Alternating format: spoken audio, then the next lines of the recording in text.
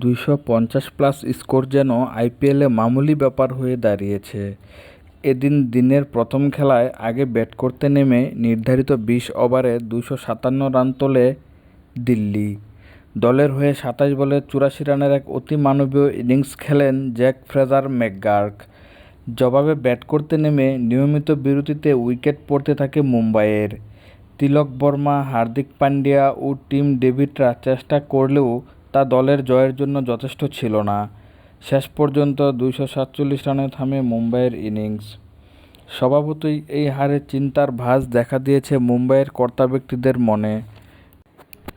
কারণ 9 ম্যাচে 3 জয়ে 6 পয়েন্ট নিয়ে পয়েন্ট টেবিলের 9 নম্বরে অবস্থান করছে মুম্বাই।